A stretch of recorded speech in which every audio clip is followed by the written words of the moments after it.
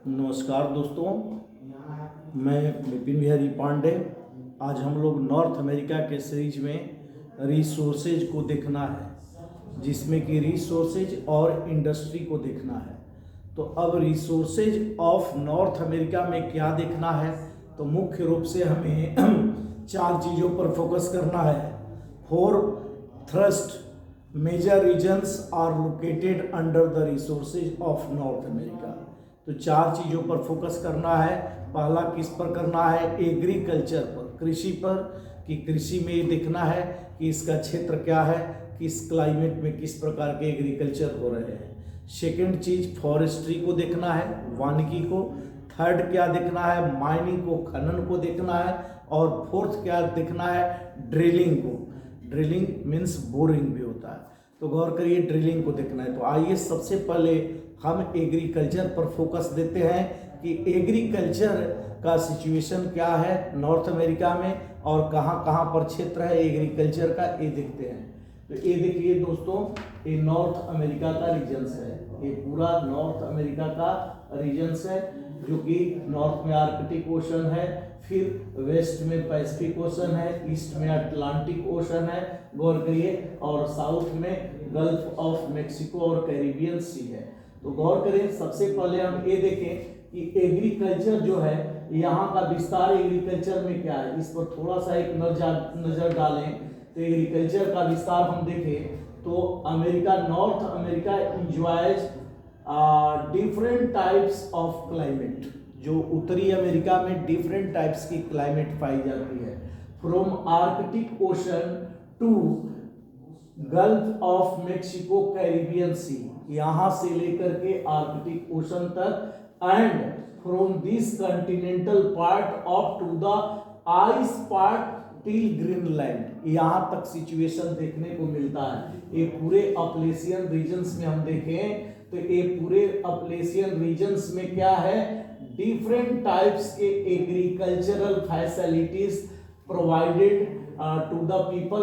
अनेक प्रकार के यहाँ पर कृषि के प्रकार होते हैं, अनेक प्रकार की कृषि की जाती है, और यहाँ पर जो है कृषि को किस प्रकार से इंडस्ट्री के रूप में इसे अपनाया गया है और यहाँ पर किस प्रकार के पैटर्न है, इसको ही देखना है।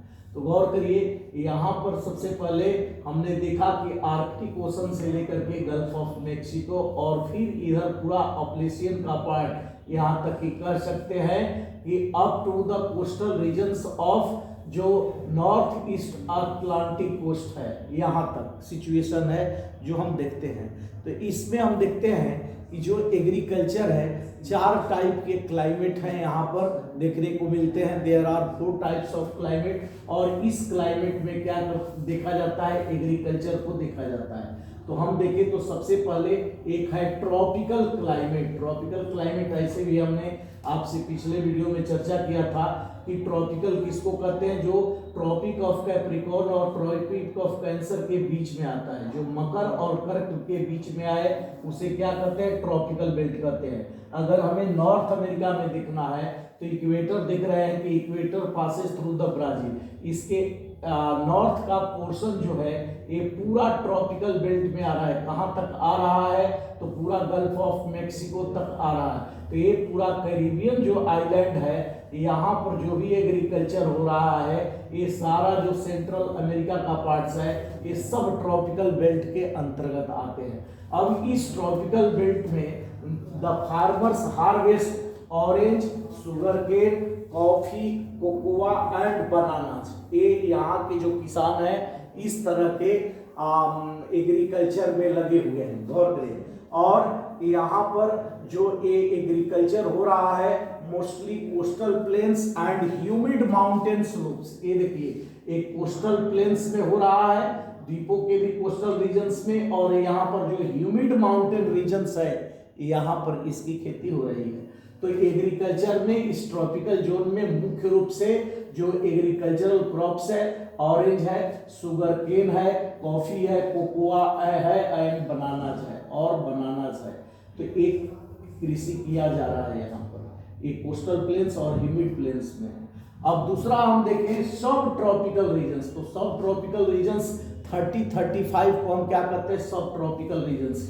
तो 30-35 में अगर देखें तो यहाँ से ए देखिए, ट्रॉपिक ऑफ ए का आंसर है ए 30 और 35 है, मतलब नॉर्दर्न मेक्सिको, जो नॉर्दर्न मेक्सिको है, और टेक्सास प्रोविंस ऑफ यूएसए, जो यूएसए का टेक्सास है, ये देखिए ये पार्ट आते हैं यहाँ पर सब ट्रॉपिकल रीजन्स में।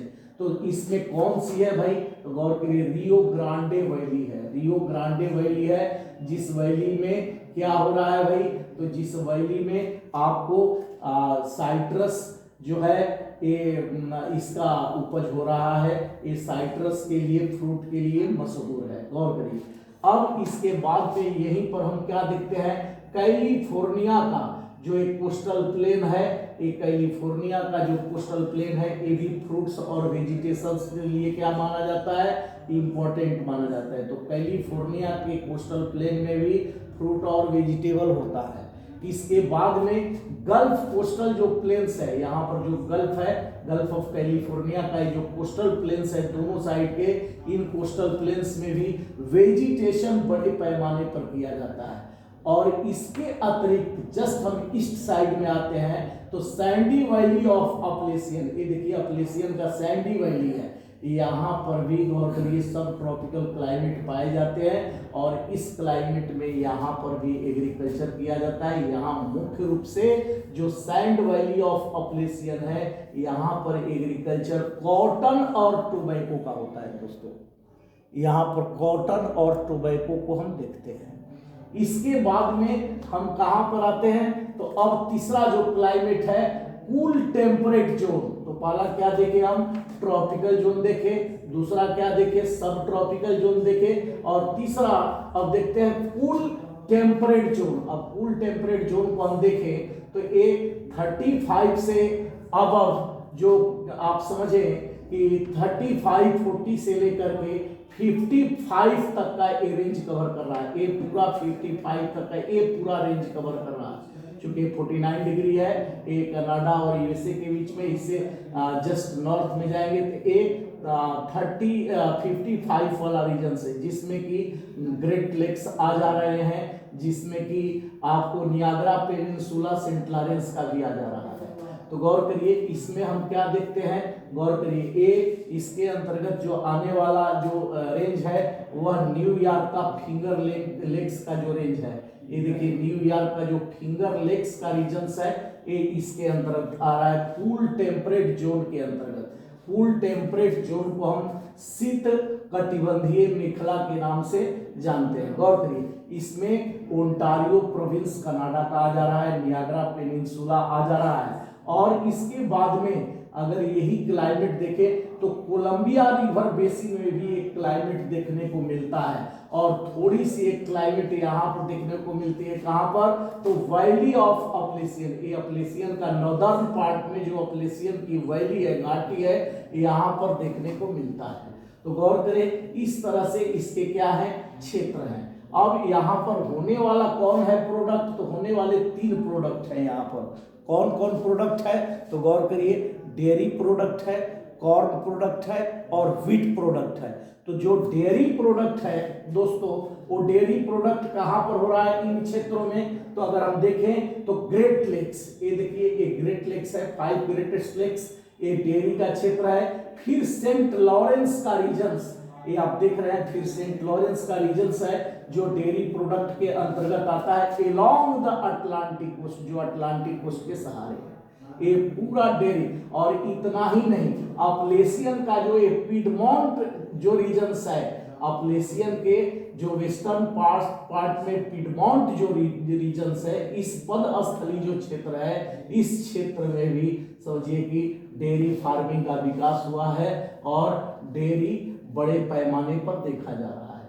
इसके बाद में हम क्या देखते हैं, इसके बाद में हम कॉर्न प्रोडक्ट देखते हैं। तो कॉर्न में जो अनाज है, ये देखिए ये अपलेशियन से जस्ट सटे हुए वेस्ट में कौन है, तो ये लोअर ओहियो और मिसौरी का लोअर बेसिन है, ये ओहियो और मिसौरी का, ये देखिए दोस्तों ओहियो और मिसौरी का लोअर बेसिन है। यहाँ पर क्या हो रहा है, तो गौर करिए यहाँ पर कॉर्न प्रोडक्ट हो रहा है, गौर करें यहाँ पर।